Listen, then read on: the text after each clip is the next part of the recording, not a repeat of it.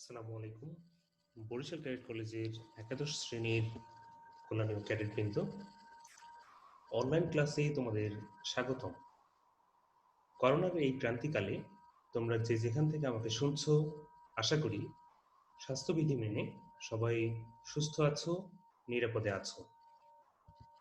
Corona virus, যার পোশাকি নাম COVID-19, বিশ্ব স্বাস্থ্য সংস্থা এই রোগটিকে মহামারী হিসেবে ঘোষণা করেছে। এটি একটি সংক্রামক ভাইরাস যা ইতোমধ্যে পৃথিবীব্যাপী ছড়িয়ে পড়েছে। আমাদের প্রাণপ্রিয় বাংলাদেশও এর প্রভাব থেকে মুক্ত নয়। তবে আশার কথা হলো, আমাদের দেশে আক্রান্তের তুলনায় মৃত্যুহার খুবই কম। এজন্য আতঙ্কিত না হয়ে আমাদের সচেতন হতে হবে। আশার পাশাপাশি আশঙ্কা রয়েছে। আশঙ্কা করা হচ্ছে আসছে শীতে করোনার প্রকোপ আবার বাড়তে পারে। তাই আমাদের আগাম সতর্কতা অবলম্বন করতে হবে। করোনার প্রাদুর্ভাবে আমাদের চার দেয়ালে সীমাবদ্ধ জীবন একরকম স্থবির হয়ে পড়েছে। কিন্তু এই স্থবিরতা জীবনের ধর্ম নয়।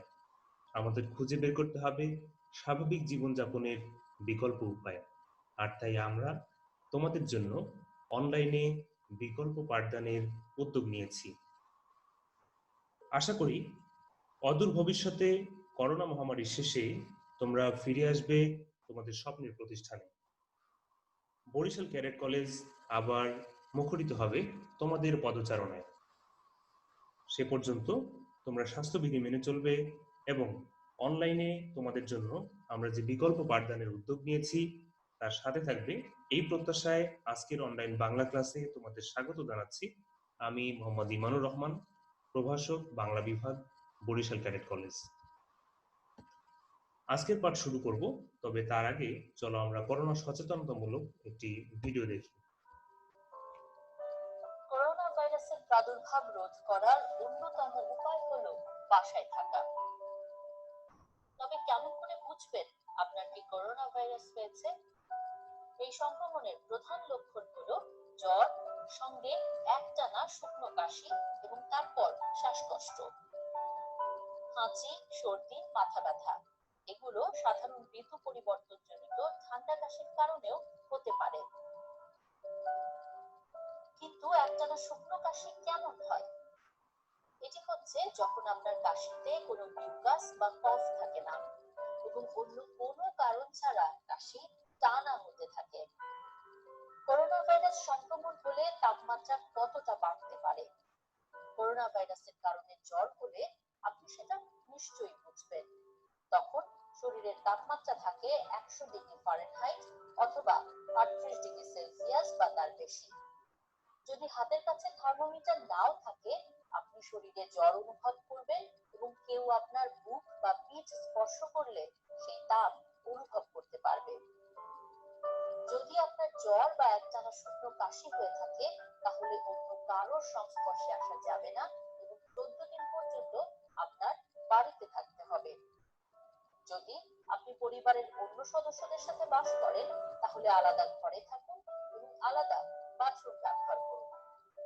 আপনার বাড়ির যারা আপনার সংস্পর্শে এসেছে তাদের সকলকে 14 দিন পর্যন্ত বাসায় থাকতে হবে। যদি আপনার জ্বর সঙ্গে শুকনো কাশি হয়ে থাকে এবং আপনি করোনা আক্রান্ত রোগীর সংস্পর্শে এসে থাকেন অথবা করোনা আক্রান্ত এলাকা বা দেশে ভ্রমণ করে থাকেন, তাহলে corona.gov.bd/covid19 টেস্টে গিয়ে আপনার সম্ভাব্যতা যাচাই করুন বা সরকারের করোনা ভাইরাস হটলাইন নম্বর 333 অথবা 16263 এই নম্বরে যোগাযোগ করুন। তবে যদি আপনার শ্বাসকষ্ট শুরু হয়, তাহলে শীঘ্রই চিকিৎসার জন্য হাসপাতালে যেতে হবে। ভিডিওটি দেখার জন্য সবাইকে ধন্যবাদ। এবারে আমরা জেনে নেব আজকের পাঠ পরিচিতি।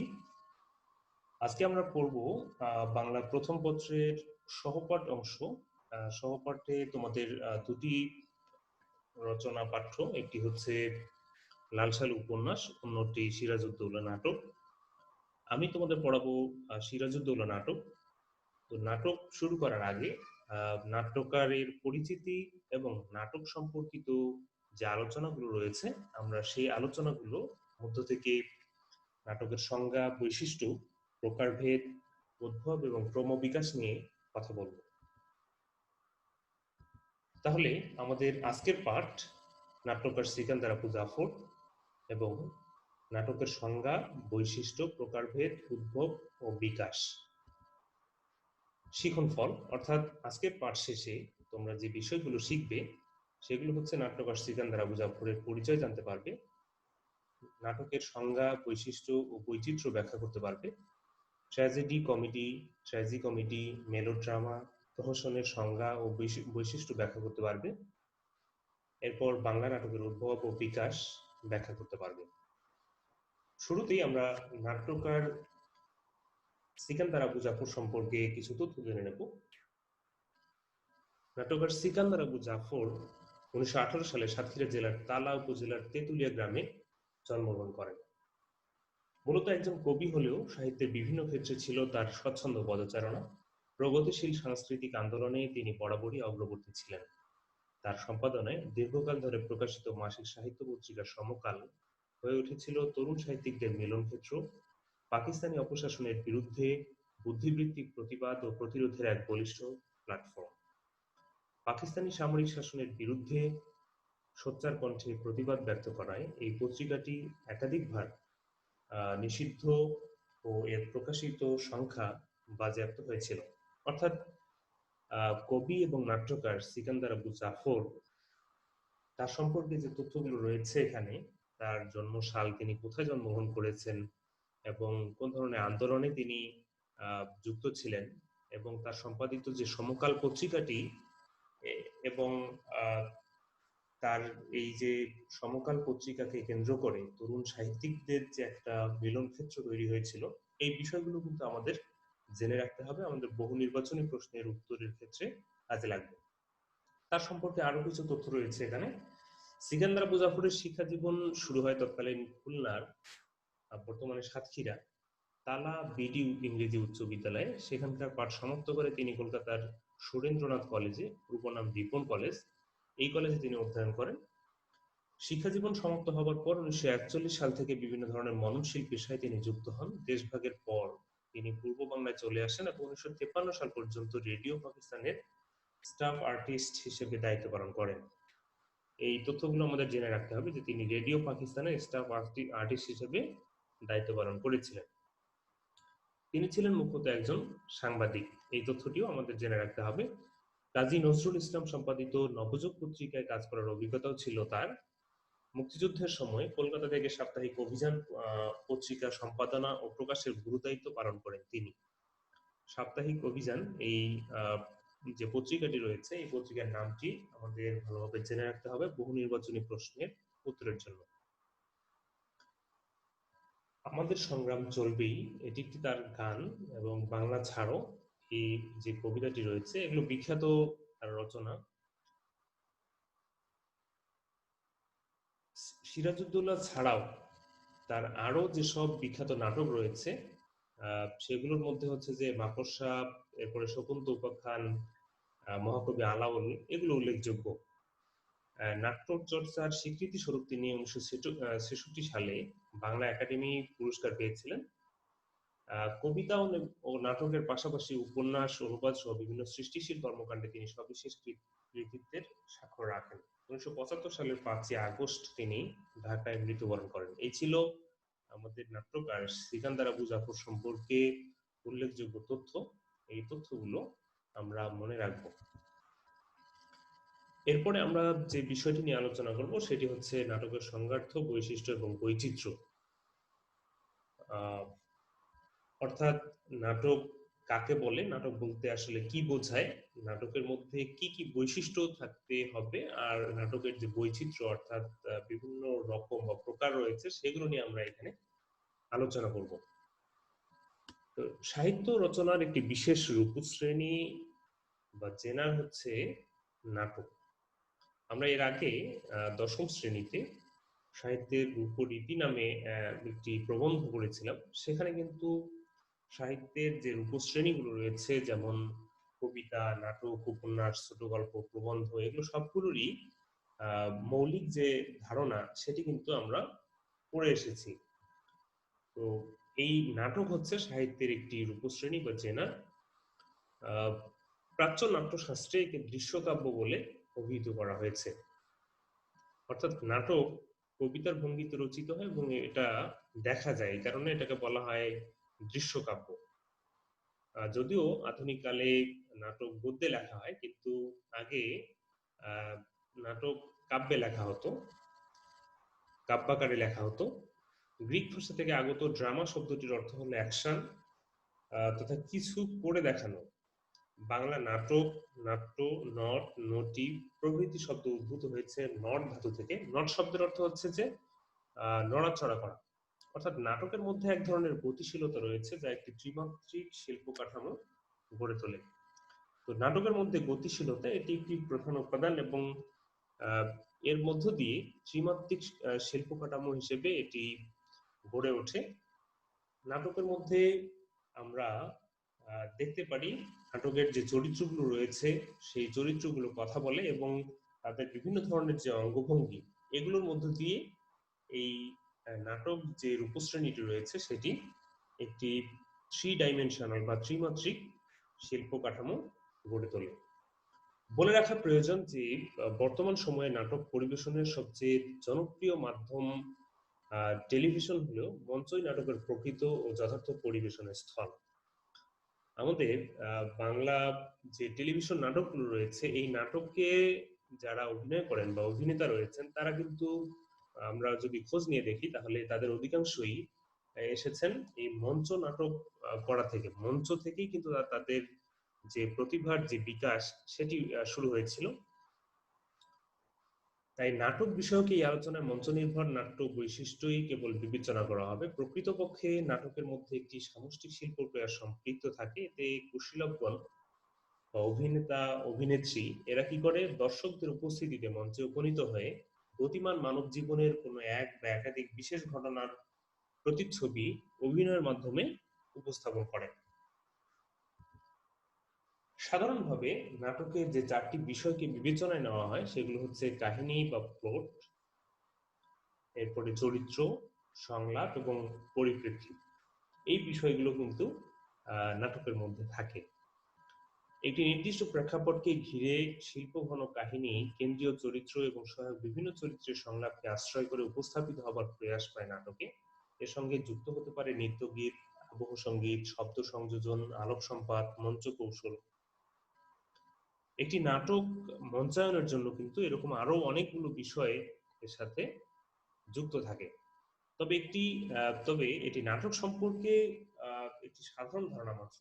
2000 বছরেরও বেশি বয়সে এই শিল্প মাধ্যমে নানা ধরনের পরিবর্তন ঘটেছে। অ্যারিস্টটল কিংবা শেক্সপিয়ারের কালে সময়ের ঐক্য, স্থানের ঐক্য এবং ঘটনার ঐক্য এই তিনটি ঐক্য নিশ্চিত করা ছিল নাটক রচনার পূর্বশর্ত। কিভাবে কাহিনীমুখ, কাহিনীর ক্রমব্যাপ্তি, চূড়াস্পর্শী নাট্যদ্বন্দ্ব, গ্রন্থিমোচন এবং জবনিকাপাতের মধ্য দিয়ে ধাপে ধাপে নাটক শুরু থেকে সমাপ্তির পথে এগিয়ে যাবে তাও ছিল বিশেষভাবে কাঠামোবদ্ধ। এখানে আমরা 5টি বিষয় লক্ষ্য করলাম। প্রথমটি হচ্ছে কাহিনীমুখ বা এক্সপোজিশন, যেটাকে ইংরেজিতে বলে। তো এটি হচ্ছে নাটকের সূচনা।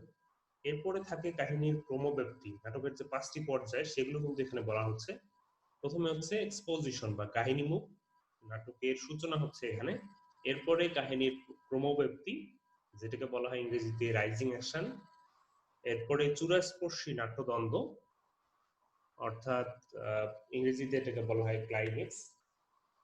তো দ্বন্দ্ব যখন চূড়ান্ত পর্যায়ে পৌঁছে সেটাকে বলা হচ্ছে ক্লাইম্যাক্স।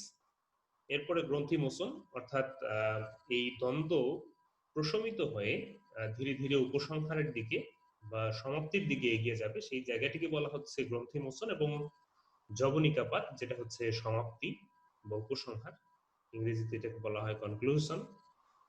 এর মধ্য দিয়ে ধাপে ধাপে নাটক শেষ হয়, অর্থাৎ নাটকের এই 5টা পর্যায়ে থাকতে হয়। কিন্তু সময়ের সঙ্গে সঙ্গে মানুষের জীবন পাল্টেছে। নাটক যেহেতু জীবনের সবচেয়ে ঘনিষ্ঠ প্রতিচ্ছবি, সেহেতু এই রূপশ্রেণীর মূল বৈশিষ্ট্য অক্ষুণ্ণ রেখেও এতে নানাবিধ পরিবর্তন এসেছে।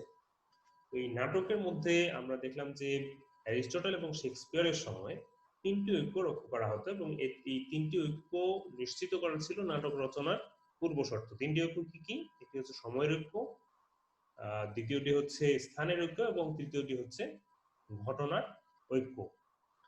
এবং নাটকের আমরা 5টি পর্যায় ওখানে দেখলাম। কিন্তু সময়ের পরিবর্তনের সাথে সাথে এই ধারণাগুলো কিন্তু ধীরে ধীরে পরিবর্তিত হয়েছে এবং নাটকের যে নাটক নিয়ে যে পরীক্ষা নিরীক্ষা, এই পরীক্ষা নিরীক্ষার ফলে নাটকের গঠন কৌশলের মধ্যে কিন্তু পরিবর্তন এসেছে। তো নাটকের যে 5টি পর্যায়ের কথা একটু আগে আমরা আলোচনা করলাম, সেটি তোমাদের সুবিধার্থে এখানে চিত্র আকারে দিয়েছি। প্রথমে আমরা দেখতে পাচ্ছি যে এক্সপোজিশন, অর্থাৎ নাটক এখানে শুরু হচ্ছে এবং শুরু হওয়ার পরে কোনো ধরনের উত্থান পতন ছাড়াই কিছু দূর নাটকের ঘটনাটি এগিয়ে যায় এবং এরপরে দ্বন্দ্বের সূচনা হয় এবং এই নাটকের যে ঘটনা, সেই ঘটনা কিন্তু ক্লাইম্যাক্সের দিকে উঠতে থাকে, অর্থাৎ চূড়ান্ত দ্বন্দ্বের দিকে উঠতে থাকে। এই ক্লাইম্যাক্স যে জায়গাটি, এইখানে হচ্ছে চূড়ান্ত দ্বন্দ্ব সংঘটিত হয়। এই দ্বন্দ্ব হচ্ছে নাটকের প্রাণ। যদি দ্বন্দ্ব না থাকে তাহলে কিন্তু নাটক আসলে উপভোগ্য হবে না। দ্বন্দ্ব হচ্ছে নাটকের প্রাণ। তো এই ক্লাইম্যাক্স এখানে কিন্তু দ্বন্দ্ব, মানে দ্বন্দ্বের চূড়ান্ত পর্যায়ে যেটা, সেটি হচ্ছে ক্লাইম্যাক্স। আর এই দ্বন্দ্ব যখন কিছুটা প্রশমিত হয়ে সমাপ্তির দিকে ঘটনাটি এগিয়ে যায়, তখন সেই জায়গাটিকে বলা হচ্ছে, এই জায়গাটিকে বলা হচ্ছে ফলিং অ্যাকশন বা গ্রন্থি মোচন। আর এরপরে শেষের যে অংশটি, সমাপ্তি, সেটিকে বলা হচ্ছে কনক্লুশন বা জবনিকাপাত। তো আধুনিক কালে অনেক নাটকেই কোনো বৃত্ত থাকে না, কেবল একটি চরিত্র নিয়ে রচিত হয়েছে অসংখ্য শিল্প সফল নাটক। এমনকি সংলাপ ছাড়াও নাট্য নির্মাণ সম্ভব নয়। তবে উল্লিখিত কাঠামোবদ্ধ বৈশিষ্ট্যগুলো একজন নাট্যকারের পক্ষে যথাযথভাবে আয়ত্ত করা সম্ভব হলেই কেবল নাটকের সংগঠনে বিচিত্র মাত্রা যোজনা করা সম্ভব। তো আগে নাটক ছিল 5 অঙ্ক বিশিষ্ট এবং 5টি অঙ্কের মধ্যে এরকম 5টি পর্যায়ে সেখানে থাকতো। কিন্তু ধীরে ধীরে পরবর্তীতে নাটক নিয়ে যে নিরীক্ষা হয়েছে, এই নিরীক্ষার ফলে দেখা গেছে যে 4 অঙ্ক কিংবা 2 অঙ্ক বা 1 অঙ্ক নাটকও কিন্তু রচিত হয়েছে। মানে একটা নাটকের মধ্যে একটি মাত্র অঙ্ক থাকবে। তো যেমন তোমরা পড়তে পারো, মুনির চৌধুরীর কবর নামে একটি নাটক রয়েছে। এরপরে জন মিলিংটন সিং এর রাইডার্স টু দ্য সি নামে একটি নাটক আছে। তো এই ধরনের একাঙ্ক নাটকগুলো কিন্তু তোমরা পড়তে পারো। এরপরে তোমরা 10ম শ্রেণীতে পড়ে আসছো 2 অঙ্ক বিশিষ্ট নাটক বহিপীর। তো নাটকের সঙ্গে অন্যান্য সাহিত্য মাধ্যমের পার্থক্য কি তা নিয়ে প্রাচীনকাল থেকেই আলোচনা হয়ে আসছে। মহাকাব্য ও নাটকের পার্থক্য নিয়ে গ্রিক সাহিত্যতাত্ত্বিকগণ আলোচনা করে গেছেন। নাটকের সঙ্গে যে সাহিত্য মাধ্যমের সম্পর্ক সবচেয়ে নিবিড়, সেই উপন্যাস থেকে নাটক কিভাবে স্বতন্ত্র, সেই বিষয়েও নানা মনীষী আলোকপাত করেছেন। তবে উপন্যাস ও নাটকের পার্থক্য এক সময় যত প্রকটই থাকুক, উপন্যাস রীতির পরিবর্তন সাধনে যে অসামান্যতা এসেছে, তাতে বর্তমান কালে নাটক ও উপন্যাস একে অপরকে নানাভাবে পরিগ্রহণ করছে। প্রসঙ্গত নিচের বৈশিষ্ট্যগুলো লক্ষণীয়, অর্থাৎ নাটক এবং উপন্যাসের মধ্যে যে পার্থক্য, সেগুলো আমরা এখানে একটু দেখি। কাহিনী, চরিত্র, সংলাপ এবং গতি নাটক ও উপন্যাসের সাধারণ বৈশিষ্ট্য।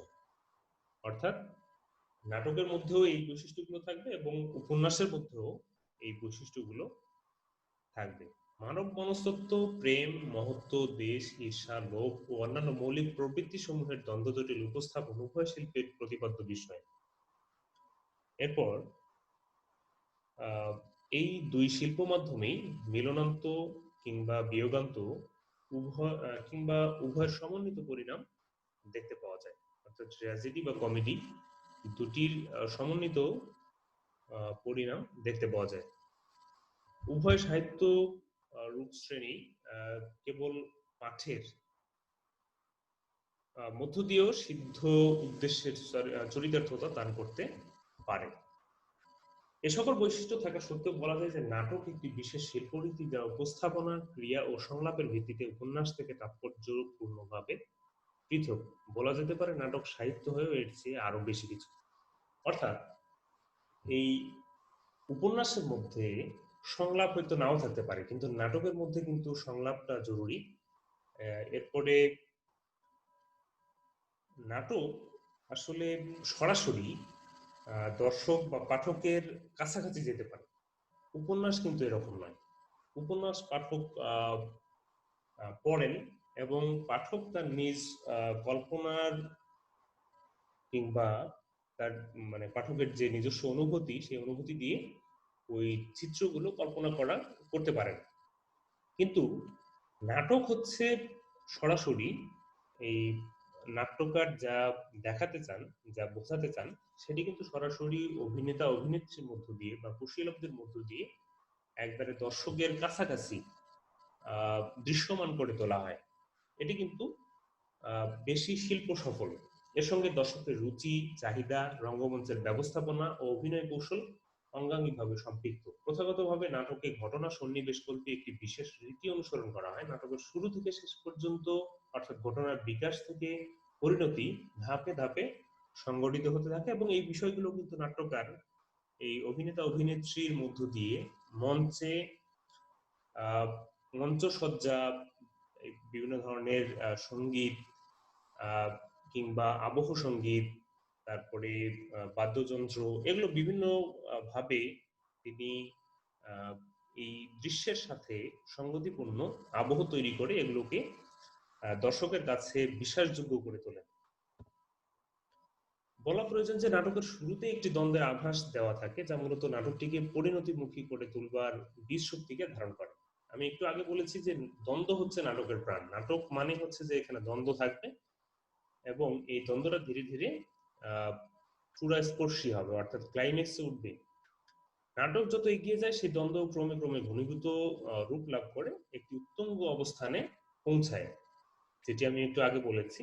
আসলে নাটকের এই দ্বন্দ্ব নিজ গতিপথের দিক থেকে বিপরীতমুখী প্রবণতায় প্রতিভাত সত্যগুলিকেই রূপ দিতে সাহায্য করে। তাই বলা যায় যে দ্বন্দ্ব সৃষ্টি এবং তার শিল্প সকল পরিসমাপ্তি নাটকের বিশেষ লক্ষণ। নাটকের শ্রেণী বিভাগের বিষয়টি বিবেচনা করলে একে বিভিন্ন দৃষ্টিকোণ থেকে বিভাজন সম্ভব। সাহিত্যের রূপ এবং রীতি নিয়ে যে বইগুলো রয়েছে সেখানে বিভিন্ন দৃষ্টিকোণ থেকে বিভিন্ন মানদণ্ডে নাটককে বিভিন্ন শ্রেণীতে ভাগ করা হয়েছে। তবে মুখ্যত নাটককে ট্র্যাজেডি, কমেডি, মেলোড্রামা, ট্র্যাজিকমেডি এবং প্রহসন, এই 5 ভাগে ভাগ করা যায়। এই তথ্যটি তোমাদের জেনে রাখতে হবে, কারণ বহু নির্বাচনী প্রশ্নের ক্ষেত্রে এই প্রশ্নটি আসে যে নাটককে মুখ্যত কত ভাগে ভাগ করা যায় এবং এই ভাগগুলোর নামও জানা জরুরি। আমরা একে একে এই ভাগগুলো নিয়ে আলোচনা করব। ট্র্যাজেডি, কমেডি, মেলোড্রামা, ট্র্যাজিকমেডি এবং প্রহসন, এই 5টি যে নাটকের রূপশ্রেণী রয়েছে বা শ্রেণীবিন্যাস রয়েছে, সেগুলো নিয়ে আমরা একে একে আলোচনা করব। এদের মধ্যে ট্র্যাজেডিকে সর্বোচ্চ আসন প্রদান করা হয়েছে, এমনকি কখনো কখনো নাটক বলতে ট্র্যাজেডিকেই বোঝানো হয়েছে। প্রথমেই ট্র্যাজেডি বিষয়ে সাধারণ ধারণা অর্জন করা প্রয়োজন।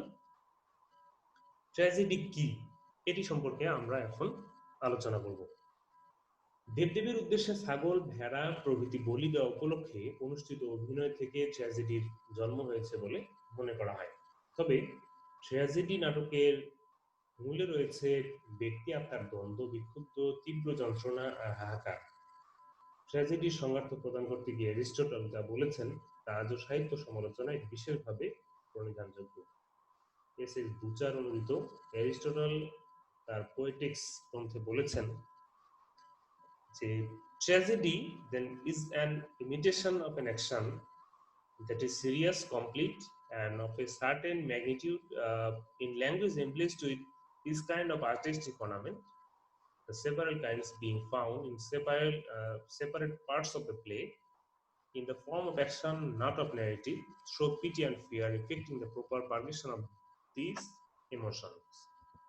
অর্থাৎ ট্র্যাজেডি হলো এমন এক ঘটনা বা ক্রিয়ার অনুকরণ যা গুরুত্বপূর্ণ, পূর্ণাঙ্গ এবং বিশেষ আয়তনযুক্ত, যা রচিত হয় নাটকের বিভিন্ন অংশের পক্ষে উপযুক্ত বিচিত্র ভঙ্গিমার কলাকৌশল ও অলংকার সমৃদ্ধ ভাষা। অলংকার সমৃদ্ধ ভাষা বলতে যেগুলো ছন্দ, গীত, এগুলোর সমন্বয়ে আহ, এগুলোর সমন্বয় থাকে যেখানে। এরপরে হচ্ছে যে যা উপস্থাপিত হয় ক্রিয়ারূপে, আখ্যান রূপে নয়, যা করুণা ও ভয় উদ্রেক করে আমাদের অন্তরস্থ ওই আবেগগুলোর যথাযথ পরিশুদ্ধতা ঘটায়। তো এখানে গুরুত্বপূর্ণ এই কথাটি যে করুণা এবং ভয় উদ্রেক করবে দর্শকের মনে, এটি হচ্ছে ট্র্যাজেডির একটি গুরুত্বপূর্ণ বৈশিষ্ট্য। এবং করুণা এবং ভয় উদ্রেক করে আমাদের অন্তরের যে আবেগগুলো রয়েছে সেগুলোর পরিশুদ্ধতা ঘটায়। এখন প্রশ্ন হতে পারে যে করুণা এবং ভয় যদি উদ্রেক করে তাহলে আবেগের পরিশুদ্ধতা কিভাবে ঘটাবে? তো ট্র্যাজেডি নাটক এখানে নায়কের বা মূল চরিত্রের অভিনেতা বা অভিনেত্রীর পরাজয় দেখানো হয়, কিন্তু তারপরেও যুগ যুগ ধরে ট্র্যাজেডি নাটকই কিন্তু মানুষের সবচেয়ে বেশি আগ্রহের বিষয় এবং সবচেয়ে বেশি অভিনীত হয়। এটির কারণ কি? এটির কারণ হচ্ছে যে ট্র্যাজেডিতে মূল যে চরিত্রটি রয়েছে সেটি নায়ক কিংবা নায়িকা যেই হোক, আহ, সেই চরিত্রটির যে পতন দেখানো হয়, যে কষ্ট দেখানো হয়, সেটি কিন্তু বা বিয়োগাত্মক যে পরিণতি দেখানো হয় সেটি হচ্ছে আমাদের সেটি দেখার পরে আমাদের জীবনের যে ছোট ছোট দুঃখ কষ্টগুলো রয়েছে এই কষ্টগুলো কিন্তু ম্রিয়মান হয়ে যায়। এই কষ্টগুলো আমরা ভুলে যেতে পারি যে এই নায়কের এত বড় একটি বিয়োগাত্মক ঘটনা ঘটেছে, এত বড় একটি কষ্টকর বেদনাদায়ক এই ঘটনার মুখোমুখি হয়েছে এই নাটকের যে মূল চরিত্র। সেই জায়গায় আমাদের জীবনের যে ছোট ছোট যে দুঃখ কষ্টগুলো রয়েছে, আমাদের পাওয়া না পাওয়া গুলো রয়েছে, এগুলো কিন্তু আহ, আমরা ভুলে যেতে পারি বা উপেক্ষা করতে পারি।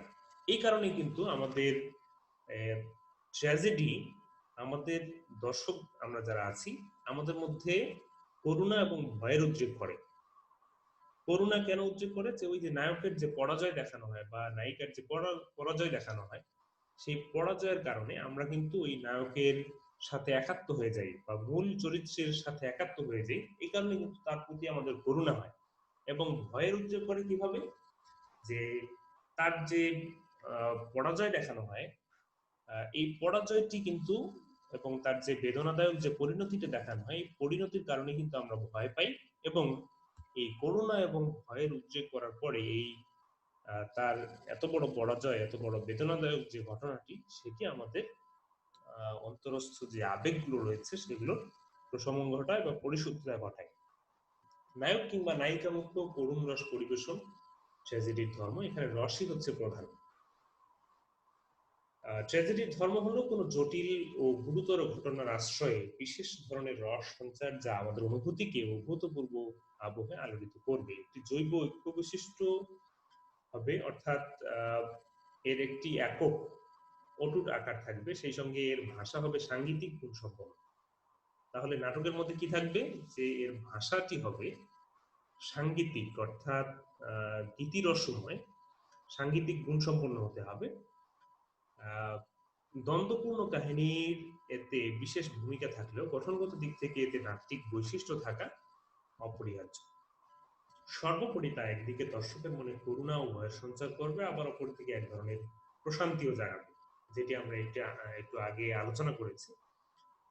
কেননা নাটকের শত বিপর্যয় সত্ত্বেও নায়কের যে সুদৃঢ় মহিমান্বিত অবস্থান রূপায়িত হবে তা দর্শককে বিস্ময় কোনো আনন্দ প্রদান করবে। একই সঙ্গে যে বিপর্যয় দর্শক দেখবেন তা তাকে এই বলে স্বস্তি দেবে যে অন্তত দর্শকের নিজের জীবনে তা ঘটেনি। এতে দর্শকের ভাবাবেগের মোক্ষম বা বিশেষ প্রবৃত্তির পরিশোধন ঘটাবে। প্রাচীন গ্রিক ট্র্যাজেডিতে নিয়তির ভূমিকা বিশেষ বিদ্যমান। তো ট্র্যাজেডি কিন্তু মূলত দুই ধরনের, একটি হচ্ছে গ্রিক ট্র্যাজেডি, অন্যটি হচ্ছে শেক্সপিয়ারিয়ান ট্র্যাজেডি বা শেক্সপিয়রীয় ট্র্যাজেডি। তো গ্রিক ট্র্যাজেডির যে বৈশিষ্ট্য সেটি হচ্ছে যে এখানে নিয়তি নির্ভরতা বেশি, অর্থাৎ নায়ক বা নায়িকার যে পরাজয়টি দেখানো হয় ট্র্যাজেডি নাটকে, এই পরাজয়টির পেছনে নিয়তির যে প্রভাব সেটি হচ্ছে মুখ্য গ্রিক ট্র্যাজেডিতে। অর্থাৎ মানুষ দৈবের কাছে কতটা অসহায়, দৈবের দুর্বিপাকে মানুষ কিভাবে চরম হতভাগ্য হিসেবে প্রতীয়মান হয় এবং বেঁচে থেকে মৃত্যুময় যন্ত্রণা বা মৃত্যুর অধিক যন্ত্রণা ভোগ করে, তাই নানা বৈচিত্র্যে গ্রিক ট্র্যাজেডিতে শিল্প রূপ লাভ করেছে। এই নিয়তি অতীতে জ্ঞাত বা অজ্ঞাতসারে কোনো মানুষের দ্বারা সংঘটিত কোনো অপরাধের শাস্তি স্বরূপ তাকে গ্রাস করে, যাকে গ্রিক ট্র্যাজেডিতে বলা হয়েছে নেমেসিস।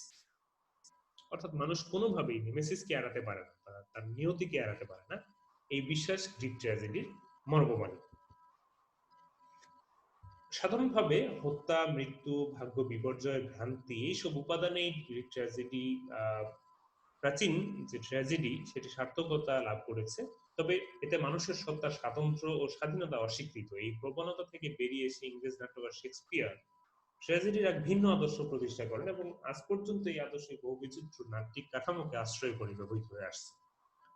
শেক্সপিয়রের নায়ক নায়িকা প্রায়শই নিজেদের কৃতকর্মে বিবেচনাগত ভুল বা ইরোর অফ জাজমেন্টের জন্ম দেয়। অর্থাৎ শেক্সপিয়রের যে ট্র্যাজেডি রয়েছে, এই ট্র্যাজেডির বৈশিষ্ট্য হলো মূল চরিত্রের যে পরাজয়টি দেখানো হয় বা বেদনাদায়ক যে পরিণতি দেখানো হয় বা বিয়োগাত্মক যে পরিণতি দেখানো হয়, এর যে কারণ সেটি আসলে নিয়তি নির্ভর নয়, সেটি হচ্ছে তার নিজের কোনো একটা ভুলের কারণে।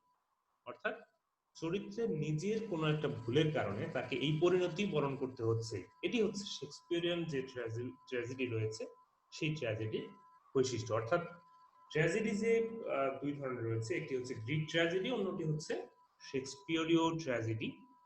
এই দুই ট্র্যাজেডির যে বৈশিষ্ট্য, গ্রিক ট্র্যাজেডির বৈশিষ্ট্য হচ্ছে নিয়তি নির্ভরতা থাকবে। অর্থাৎ এখানে মানুষের যে পরাজয় দেখানো হয় বা মূল চরিত্রের পরাজয় দেখানো হয় সেটি হচ্ছে নিয়তি নির্ভর। আর শেক্সপিয়ারের ট্র্যাজেডির বৈশিষ্ট্য হচ্ছে এখানে পরাজয়ের মূল কারণটা হচ্ছে যে নিয়তি নয়, মূলত এখানে ওই চরিত্রের কোনো একটা ভুল বা বিবেচনাগত ভুল, যেটাকে বলা হচ্ছে ইরর অফ জাজমেন্ট। এই ইরর অফ জাজমেন্টের কারণে তাকে এই ধরনের কষ্টদায়ক বা বিয়োগাত্মক পরিণতি বরণ করতে হয় বা পরাজয় বরণ করতে হয়। আর পরিণতিতে তাই তাদেরকে চরম মৃত্যু যন্ত্রণায় নিপতিত করে। অর্থাৎ দৈব নয়, মানুষের দুর্ভাগ্যময় পরিণতির কারণ মানুষ নিজেই। এই চিরায়ত সত্য দর্শক শেক্সপিয়র ট্র্যাজেডির মাধ্যমে বারবার উপলব্ধি করে। তবে যে ধরনের ট্র্যাজেডি হোক না কেন, নায়ক কিংবা নায়িকার দুর্ভোগ বা সাফারিংস সমভাবে পরিলক্ষিত হয়, আর এর মধ্য দিয়ে ট্র্যাজেডি ভয়াবহতা মিশ্রিত করুণ রস সৃষ্টি করে।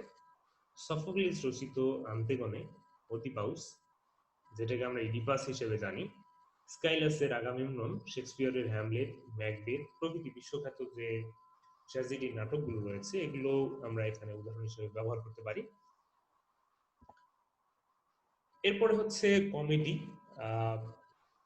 অন্যান্য নাট্যশ্রেণীর মধ্যে কমেডির পরিসমাপ্তি আনন্দে বা মিলনে, জীবনের বিভিন্ন অনুষঙ্গকে আশ্রয় করে রস সৃষ্টি এবং আকর্ষণীয় হৃদয়গ্রাহী সংলাপ কুশলতার মধ্য দিয়ে এর সার্থকতা। সাধারণভাবে জীবনের সহজ ও হাস্যরসপূর্ণ দিকটির রূপায়ণই কমেডির মূল প্রতিপাদ্য বলে বিবেচিত হয়। অর্থাৎ কমেডি হচ্ছে ট্র্যাজেডি নাটকের বিপরীত।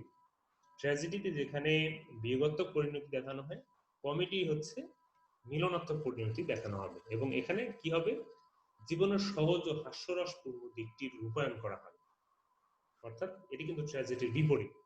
ট্র্যাজেডিতে যেমন নায়ক বা কোনো চরিত্রের হৃদয়ে গভীরে গিয়ে তার মনোজগৎ, উপলব্ধির জগৎকে উন্মোচনের চেষ্টা করা হয় কিংবা নায়কের আত্মজিজ্ঞাসাকে দান্দিক মাত্রায় উপস্থাপন করা হয়, সেরূপ কোনো কৌশল কমেডিতে গৃহীত হয় না। এর একেবারে যে ব্যতিক্রম ঘটে না তা নয়, তবে তা কখনোই ট্র্যাজেডির মতো একক কোনো চরিত্রকে আশ্রয় করে পরিণতি প্রাপ্ত হয় না। অর্থাৎ এখানে একাধিক চরিত্র থাকে এবং এই বিভিন্ন চরিত্র কিন্তু এখানে একসাথে থাকে। নাটকের দ্বন্দ্ব, জটিলতা এসবই সকল চরিত্রের সমন্বয়ে সংগঠিত হয়, আর এরই মধ্য দিয়ে নাটকে বুদ্ধি ও মননশীলতার তীব্র প্রকাশ ঘটে। শেক্সপিয়রের Taming of the Shrew, Merchant of Venice, Comedy of Errors প্রভৃতি উল্লেখযোগ্য কমেডি গান।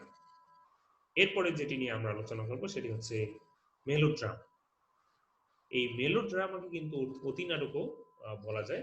মেলোড্রামায় আবেগের উৎকট প্রাধান্য থাকে, এটিও বিয়োগান্ত নাট্যশ্রেণী। তবে এতে ট্র্যাজেডির মতো কোনো উত্তুঙ্গ নান্দনিকতা সঞ্চারিত হয় না। কখনো কখনো নাট্যিক দ্বন্দ্ব অস্পষ্ট রয়ে যায়, কিন্তু আবেগের তীব্রতা দিয়ে এই শ্রেণীর নাটক দর্শকের হৃদয়কে আন্দোলিত করতে চায়। প্রায়শই দুর্বল ট্র্যাজেডি নাটক মেলোড্রামায় পর্যবসিত, অর্থাৎ ট্র্যাজেডি নাটক রচনা করতে গিয়ে যদি সেটি সফল ট্র্যাজেডি না হয়, অর্থাৎ ট্র্যাজেডির যে বৈশিষ্ট্যগুলো রয়েছে সেই সবগুলো বৈশিষ্ট্য যদি ধারণ করতে না পারে, সেটি আসলে দুর্বল ট্র্যাজেডি, এবং এই দুর্বল ট্র্যাজেডিগুলো অধিকাংশ সময় দেখা যায় মেলোড্রামায় পর্যবসিত হয়। এরপরে হচ্ছে ট্র্যাজি কমেডি, অর্থাৎ এতে ট্র্যাজেডির গুরুগম্ভীর পরিবেশকে খানিকটা লক্ষ্য করার উদ্দেশ্যে বিভিন্ন হাস্যরস সম্পৃক্ত করা হয়। এর প্রকৃতি ও প্রবণতা সম্পর্কে খুব সুনির্দিষ্ট কোনো সংজ্ঞার্থ কিংবা ব্যাখ্যা পাওয়া যায় না, তবে ট্র্যাজি কমেডির ধারণাকে নাট্য লক্ষ্যের সঙ্গে সামঞ্জস্যপূর্ণ করে অনেক নাট্যকার ড্রামাটিক রিলিফ হিসেবে ট্র্যাজেডি নাটকে স্বল্প পরিসরে ব্যবহার করে থাকেন। এরপরে হচ্ছে প্রহসন। তোমরা অনেকগুলো প্রহসনের নাম জানো, যেমন একেই কি বলে সভ্যতা, পুরো শালিকের ঘাড়েরও, এরপরে হচ্ছে সধবার একাদশী।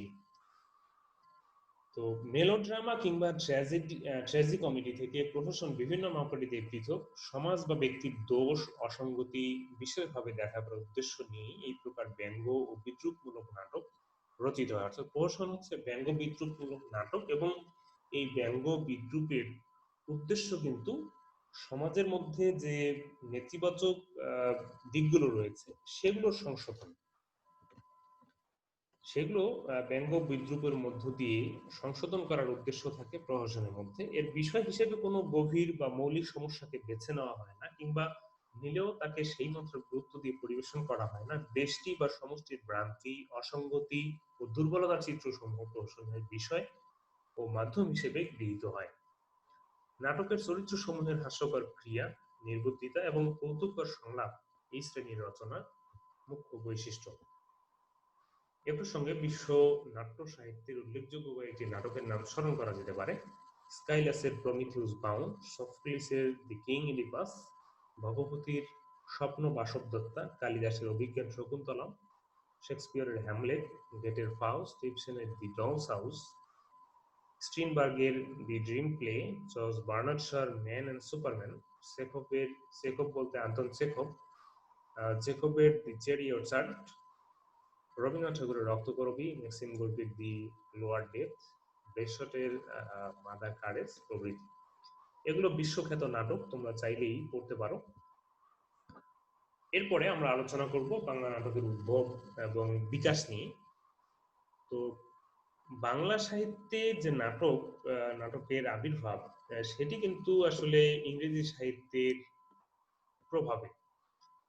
এর পেছনে ইংরেজি সাহিত্যের প্রভাব রয়েছে।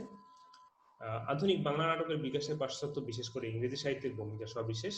19 শতকে পাশ্চাত্য শিক্ষার প্রভাবে যে নবীন জীবনানুভব শিক্ষিত বাঙালিকে স্পর্শ করেছিল এবং যে নবজাগরণের সূচনা ঘটেছিল বাংলা সাহিত্যের ক্ষেত্রে, তার অন্যতম প্রকাশ ওই সময়ের প্রহসন, যার যথার্থ পরিণতি বাংলা নাটক।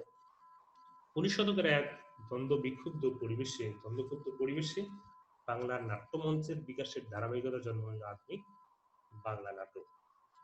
এখন পর্যন্ত প্রাপ্ত তথ্য অনুসারে প্রথম বাংলা নাটকের অভিনয় হয় 1795 সালের 27শে নভেম্বর তারিখে কেরোসিন লেবেদভ তার ভাষা শিক্ষক গোলকনাথ দাসের সাহায্যে ছদ্মবেশ, যেটা ইংরেজি হচ্ছে দি ডিসগাইজ নামক ইংরেজি থেকে অনুদিত নাটকের পাশ্চাত্য ধাঁচে মঞ্চায়ন করেন। অর্থাৎ প্রথম যে বাংলা নাটকটি মঞ্চায়ন করা হয় সেটি কিন্তু একটি অনুদিত নাটক। 1831 খ্রিস্টাব্দে হিন্দু থিয়েটারে ও 1835 সালে শ্যামবাজারের নবীনচন্দ্র বসুর নিজ বাড়িতেও বিলিতি ধরনের রঙ্গমঞ্চের ব্যবহার দেখতে পাওয়া যায়। তবে 1857 সালে জানুয়ারি মাসে অনুবাদ নাটকের পরিবর্তে নন্দকুমার রায়ের অভিজ্ঞান শকুন্তলা প্রথম বাংলা নাটক হিসেবে অভিনীত হয়। এ পর্যায়ে নাটকের মধ্যে আরো উল্লেখযোগ্য 1857 সালে রামজয় বসাকের বাড়িতে অভিনীত রামনারায়ণ তৎপরনাথের কুলীন কুল সর্বস্ব। এটি একটি সামাজিক নাটক। বাংলা নাটকের ইতিহাসে অভূতপূর্ব ঘটনা ঘটে পাইকপাড়ার রাজা ঈশ্বরচন্দ্র সিংহ এবং রাজা প্রতাপচন্দ্র সিংহের বেলগাছিয়া বাগান বাড়িতে স্থাপিত নাট্যশালায়। 1858 সালে রত্নাবলী নাটক দেখতে এসে সদ্য মাদ্রাজ ফেরত মাইকেল মধুসূদন দত্ত এর মান দেখে অত্যন্ত ব্যথিত হন এবং তার ফলস্বরূপ বাংলা সাহিত্য তার হাত থেকে পেয়ে যায় প্রথম সার্থক বাংলা নাটক শর্মিষ্ঠা। অর্থাৎ এই শর্মিষ্ঠাই হচ্ছে বাংলা সাহিত্যের প্রথম সার্থক নাটক। অর্থাৎ নাটকের মধ্যে যে বৈশিষ্ট্যগুলো রক্ষা করা প্রয়োজন বা বৈশিষ্ট্যগুলো থাকা প্রয়োজন, শর্মিষ্ঠা নাটক কিন্তু সে নাটকে সেই সবগুলো বৈশিষ্ট্যই রক্ষিত হয়েছে। অর্থাৎ মধুসূদন হচ্ছে বাংলা সার্থক প্রথম সার্থক বাংলা নাটকের রচয়িতা এবং নাটকের নাম হচ্ছে শর্মিষ্ঠা। আর প্রথম সার্থক বাংলা ট্র্যাজেডি নাটক কৃষ্ণকুমারী, সেটিরও কিন্তু রচয়িতা হচ্ছেন মাইকেল মধুসূদন দত্ত। মাইকেল মধুসূদন দত্ত আসলে বাংলা সাহিত্যে আধুনিকতার যে সূচনা, মূলত সেটি মধুসূদনের হাত ধরেই হয়েছিল। বাংলা কবিতার ক্ষেত্রে যেমন, বাংলা নাটকের ক্ষেত্রেও তেমনি সার্থক এবং আধুনিক চিন্তাধারা প্রবর্তন করেছিলেন মাইকেল মধুসূদন দত্ত। মধুসূদনের মেধাস্পর্শে বাংলা নাটকের বিষয়, সংলাপ, আঙ্গিক, মঞ্চায়ন প্রভৃতি ক্ষেত্রে যুগান্তকারী পরিবর্তন ঘটে। নবজাগ্রত বাঙালির প্রতিচ্ছবি হয়ে ওঠা এই নাট্যধারা নব নাটক হিসেবে সবিশেষ পরিচিত। মধুসূদন দীনবন্ধু এই নবনাটককে করে তুললেন অনেক বেশি রুচিসম্মত ও নান্দনিক। মধুসূদন বলতে মাইকেল মধুসূদন দত্ত এবং দীনবন্ধু বলতে দীনবন্ধু মিত্র।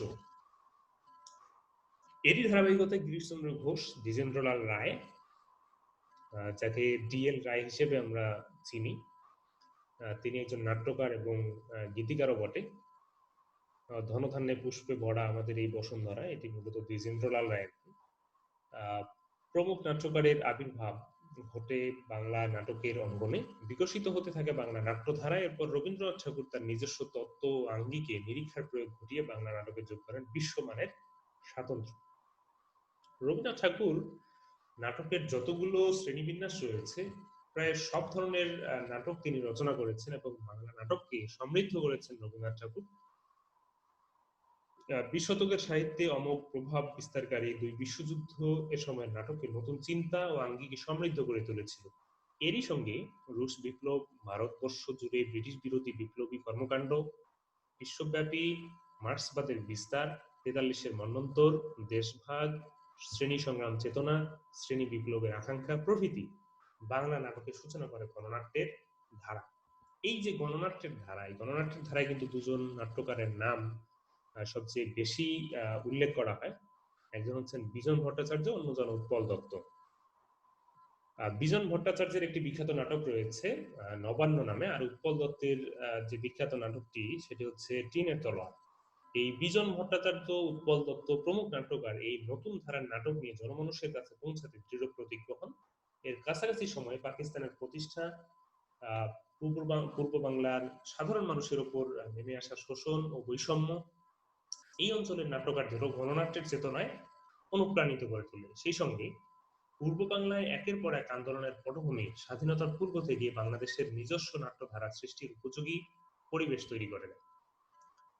উল্লেখযোগ্য কয়েকটি বাংলা নাটকের নাম নিম্নরূপ: রামনারায়ণ তর্করত্নের কুলীন কুল সর্বস্ব, যেটি প্রথম বাংলার সামাজিক নাটক। মধুসূদন দত্তের কৃষ্ণকুমারী, বুড়ো শালিকের ঘাড়েরও। এরপরে দীনবন্ধু মিত্রের নীলদর্পণ, শতবার একাদশী, মীর মোশাররফ হোসেনের জমিদার দর্পণ, গিরিশচন্দ্র ঘোষের প্রফুল্ল, রবীন্দ্রনাথ ঠাকুরের বিসর্জন, দ্বিজেন্দ্রলাল রায়ের শাহজাহান, বিজন ভট্টাচার্যের নবান্ন, তুলসী লাহিড়ীর সেরাদার, উৎপল দত্তের টিনের তলোয়ার প্রভৃতি। বাংলা নাটকের এই সমৃদ্ধ উত্তরাধিকার বহন করে বাংলাদেশেরও একটি নিজস্ব নাট্যধারা ধীরে ধীরে গড়ে ওঠে। এ প্রসঙ্গে বাংলাদেশের কয়েকটি উল্লেখযোগ্য নাটকের কথা স্মরণ করা যেতে পারে, যেমন নুরুল মোমেনের নেমেসিস, সৈয়দ ওয়ালিউল্লাহর বহিঃপীর, মুনীর চৌধুরীর চিঠি, আনিস চৌধুরীর মানচিত্র, সাইদ আহমদের মাইলস্টোন এবং খালবেলা, মমতাজ উদ্দিন আহমদের রাজা অনুসারের পালা, ইচাহ শঙ্কচিল, সৈয়দ শামসুল হকের পায়ের আওয়াজ পাওয়া যায় এবং নুরুল দিনের সারা জীবন। এই পায়ের আওয়াজ পাওয়া যায় এটি মুক্তিযুদ্ধ ভিত্তিক নাটক এবং এই নুরুল দিনের সারা জীবন রংপুর দিনাজপুর অঞ্চলের যে কৃষক বিদ্রোহ হয়েছিল সেটি নিয়ে লেখা। এবং এই নুরুল দিনের সারা জীবন এই নাটকের যে ভূমিকা অংশ, ভূমিকায় যে কবিতা আকারে যে রচনাটি রয়েছে সেটি কিন্তু তোমাদের নুরুল দিনের কথা মনে পড়ে যায় এই নামে তোমাদের পাঠ্য রয়েছে কবিতা আকারে। জিয়া হায়দারের শুভ্র সুন্দর কল্যাণী আনন্দ এলেবেলে, আব্দুল্লাহ আল মামুনের সুবচন নির্বাসনে, এখন দুঃসময় মেরাজ ফকিরের মা, মামুনুর রশিদের ওরা কদমালি, গিনিপিগ, সেলিম আল দিনের কীর্তন খোলা, কেরামত মঙ্গল, এম সোলাইমানের তালপাতার সেপাই, ইঙ্গিত প্রভৃতি নাটক। তো এই ছিল আমাদের আজকের আলোচনা। আজকের আলোচনা থেকে তোমাদের সৃজনশীল প্রশ্ন আসবে না, আসবে শুধু বহু নির্বাচনী প্রশ্ন। আমরা কয়েকটি বহু নির্বাচনী প্রশ্নের নমুনা এখন দেখব। প্রথম যে প্রশ্নটি রয়েছে সেটি হচ্ছে, আমাদের সংগ্রাম চলবেই গানটির রচয়িতাকে। তোমরা নিশ্চয়ই বুঝতে পেরেছো এখানে কে হওয়ার কথা, তোমরা চিন্তা করতে থাকো। এরপরে দ্বিতীয় প্রশ্নটি হচ্ছে, অতিপাউস কোন ধরনের নাটক? 3 নম্বর প্রশ্নটি হচ্ছে, সাহিত্যের সকল শাখার ভিতরে কোনটি সরাসরি সমাজকে ও পাঠক গোষ্ঠীকে প্রভাবিত করতে সক্ষম হয়? এখানে 4টি করে অপশন দেওয়া রয়েছে, তোমরা সঠিক উত্তরটি চিন্তা করতে থাকো। অ্যারিস্টটল কিংবা শেক্সপিয়রের কালে সময়ের ঐক্য নিশ্চিত করা ছিল নাটক রচনার পূর্বশর্ত ছিল না কোনটি?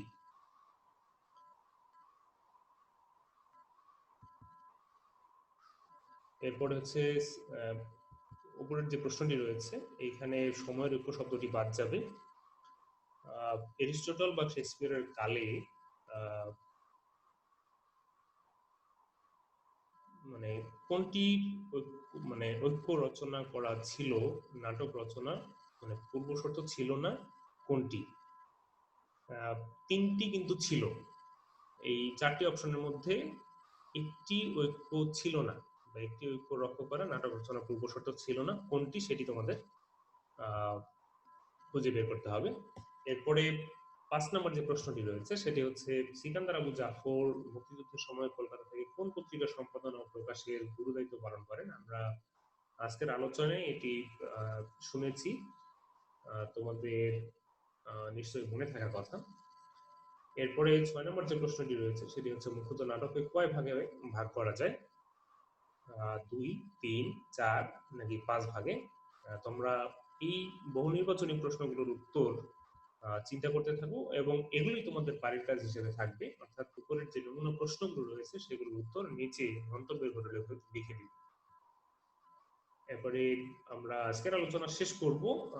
আজকের পাঠ সংশ্লিষ্ট কোনো জিজ্ঞাসা যদি তোমাদের থাকে তাহলে তোমরা জানিয়ে দিতে পারো নিচে মন্তব্যের ঘরে, আমি উত্তর দেওয়ার চেষ্টা করব। পরিশেষে তোমাদের সুস্বাস্থ্য কামনা করছি এবং তোমরা সবাই করোনার এই ক্রান্তিকালে,